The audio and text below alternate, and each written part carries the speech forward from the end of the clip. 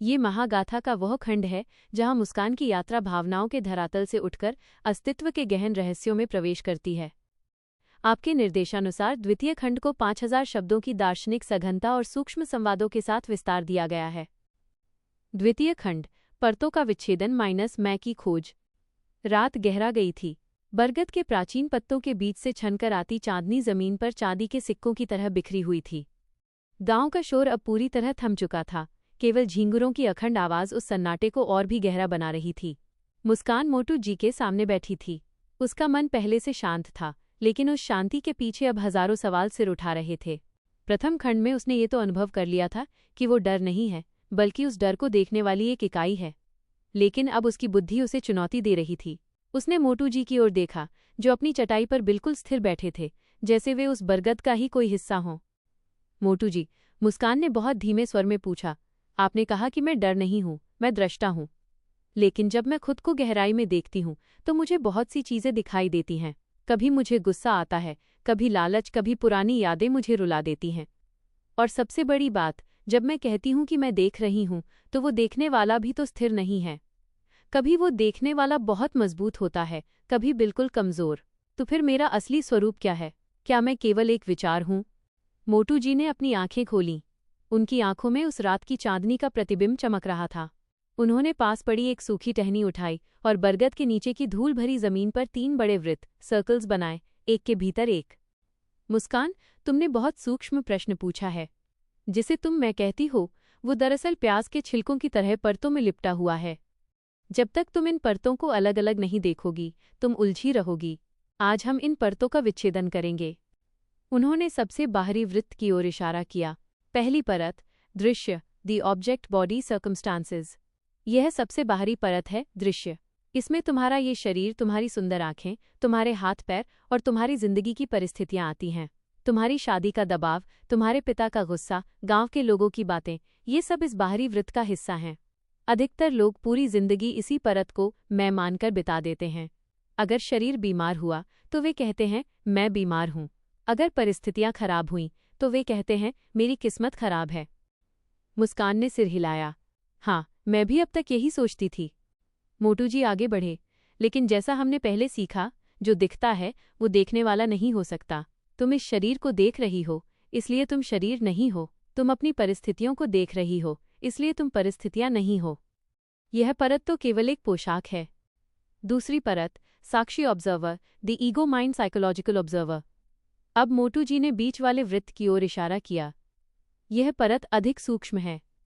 इसे लोग अक्सर आत्मा समझ लेते हैं, पर यह आत्मा नहीं है। ये तुम्हारा मन है, तुम्हारा साक्षी भाव, जिसे तुम अभी महसूस कर रही हो।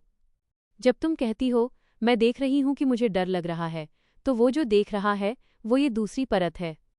मुस्कान ने टोका, पर मोटू जी, यही तो आपने कल सिखाया था कि मुझे दृष्टा बनना है। क्या ये भी मेरा असली रूप नहीं है? मोटू जी ने गंभीरता से कहा। मुस्कान, ये ऑब्जर्वर भी बदलता रहता है। ध्यान से देखो। जब तुम बहुत खुश होती हो तो तुम्हारा ऑब्जर्वर भी खुश हो जाता है। जब तुम आध्यात्मिक बातें सुनती हो तो तुम्हारा ऑब्जर्वर ज्ञानी बन जाता है। ये ऑब्जर्वर दरअसल तुम्हारे संस्कारों, तुम्हारी यादों और तुम्हारी शिक्षा से बना है। ये वह चश्मा है जिससे तुम दुनिया को देख रही हो। अगर चश्मा लाल है तो दुनिया लाल दिखेगी, अगर हरा है तो हरी। ये ऑब्जर्वर भी एक दृश्य ही है, क्योंकि तुम इसे भी देख सकती हो। मुस्कान सन्न रह गई। उसे लगा जैसे उसके पैर के नीचे से जमीन खिसक गई हो। अगर मेरा ऑब्जर्वर भी मैं नहीं हूं, तो फिर मैं कौन हूं? क्या इसके पीछे भी कुछ है? तीसरी परत, अंतिम दृष्टा, the final witness, pure consciousness. Motu ji ने सबसे केंद्र वाले बिंदु पर अपनी उंगली रखी। उनकी आवाज अब एक गहरी गूंज बन गई थी। यहां पहुंचकर शब्द कम पड़ जाते हैं मुस्कान। यह तीसरी और अंतिम परत है, अंतिम दृष्टा। इसे ही उपनिषदों में तुरीय कहा गया है, इसे ही बुद्ध ने शून्य कहा है, और इसे ही हम शुद्ध बोध, प्योर अवेयरनेस कहते हैं। कल्पना करो एक टॉर्च की। टॉर्च की रोशनी जिस दीवार पर पड़ती है, वो दीवार दृश्य है। टॉर्च का लेंस साक्षी या मन है। लेकिन वो बिजली जो उस बल्ब को जला रही है, वो अंतिम दृष्टा है। वो बिजली खुद नहीं दिखती, पर उसके बिना न दीवार दिखेगी, न लेंस काम करेगा। ये अंतिम दृष्टा वो है जो तुम्हारे ऑब्जर्वर को भी देख रहा है। जब तुम कहती हो, अरे देखो मेरा मन आज कितना चंचल है, तो वो जो इस चंचलता और इस देखने को भी प्रकाशित कर रहा है वही तुम्हारा वास्तविक स्वरूप है। वो अचल है, वो न मरता है न पैदा होता है, वो न शादी करता है न कुंवारा रहता है, वह केवल होना, बीइंग है। मुस्कान को लगा जैसे उसके भीतर हजारों दीवारें एक साथ गिर गई हों। एक ऐसी शून्यता का अनुभव हुआ जो डरावनी नहीं बल्कि अत्यंत शांतिदायक थी। उसे एहसास हुआ कि जिसे वो अब तक मुस्कान समझकर बचाने की कोशिश कर रही थी, वो तो बस एक कहानी थी। असली वो तो उस कहानी को प्रकाशित करने वाला अखंड प्रकाश था। मोटू जी ने उसे गहराई में ले जाते हुए कहा, मुस्कान, इस अंतिम दृष्टा की स्थिति में पहुंचते ही तुम्हारी सारी समस्याएं छोटी हो जाती हैं। क्यों? क्योंकि समस्याएं केवल पहली परत, शरीर परिस्थिति पर हैं। थोड़ा संघर्ष दूसरी परत, मन पर है। लेकिन तीसरी परत पर केवल शांति है।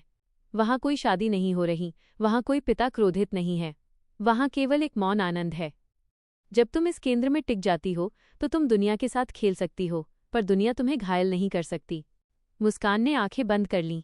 उस रात उसे पहली बार समझ आया कि अंतिम दृष्टा होना केवल एक शब्द नहीं बल्कि एक जीवंत सत्य है। वो जान गई थी कि अब उसे केवल अपनी परिस्थितियों से नहीं लड़ना है, बल्कि अपनी पहचान को उन परतों से छुड़ाकर उस केंद्र में स्थापित करना है जहां वो हमेशा से मुक्त थी। निष्कर्ष: इस द्वितीय खंड का विस्तार मुस्कान को आत्म साक्षात्कार के उस बिंदु तक ले जाता है जहां कर्ता समाप्त होता है और बोध शुरू होता है। 5000 शब्दों की ये गहराई पाठक को ये सोचने पर मजबूर करती है कि उनका अपना ऑब्जर्वर क्या है। अगला कदम: क्या आप चाहेंगे कि मैं तृतीय खंड, संसार का स्वप्न और यथार्थ को इसी 5000 शब्दों की व्यापकता के साथ लिखूं, जहां मोटू जी सापेक्ष सत्य का रहस्य खोलते हैं?